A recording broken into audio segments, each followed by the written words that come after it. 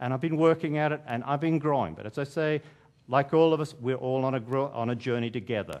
And so it's something that we all have to struggle with. So first thing is we learn to love.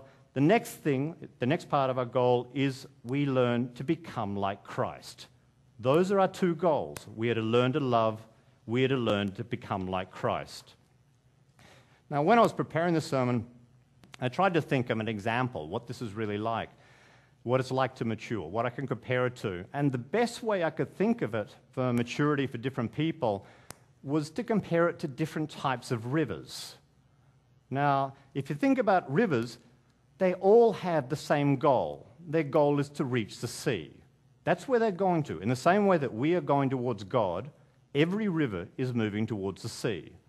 So that's their direction. They all have the same goal, but they go there in different ways. Now, one type of river we could imagine is a very fast-moving mountain stream.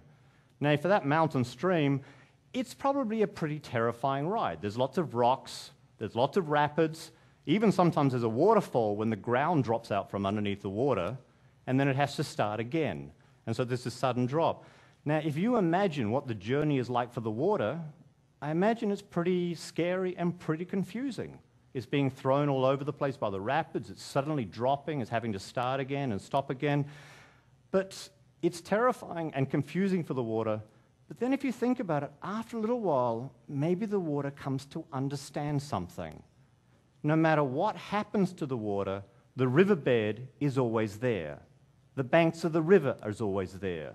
No matter what happens, the journey continues. It doesn't stop. It is still moving towards its goal. And maybe then the water will start to trust. It starts to trust that the riverbed will always be there. In the same way that if we go through experiences, we will start to trust. We will trust that God will never leave us. God is always there, no matter what he is going through. And after that, the journey becomes more of an adventure. It still can be pretty scary, and it becomes an adventure, but it can be an exciting type of adventure that you can go on.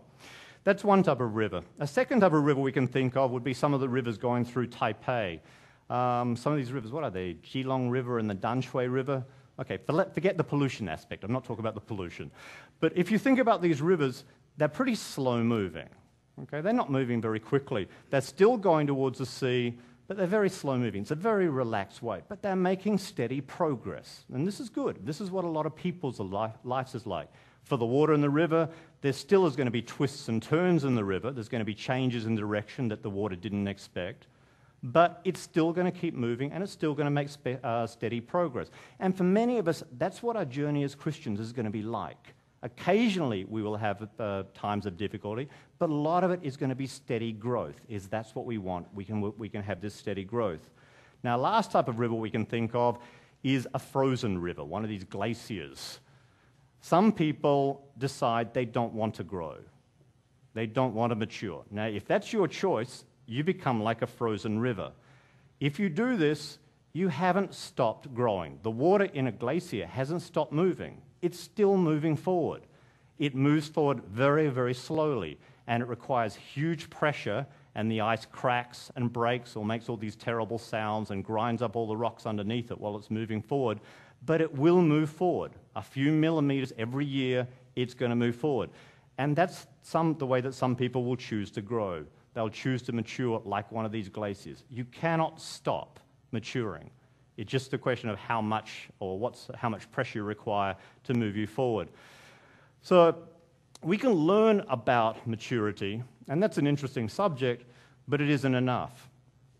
We need to ask ourselves how we can mature. Now, if we want to mature, there are two things. If we want to mature, there are two things. The first thing is we need to make a decision. We need to decide that that's what we want. Without the decision, you're not going to mature, only very, very slowly. When we make this decision, we need to look at ourselves and we need to decide that we're not satisfied with the way we are. We need to decide that we want to follow God on the journey wherever he leads us. That's the decision we're called to make.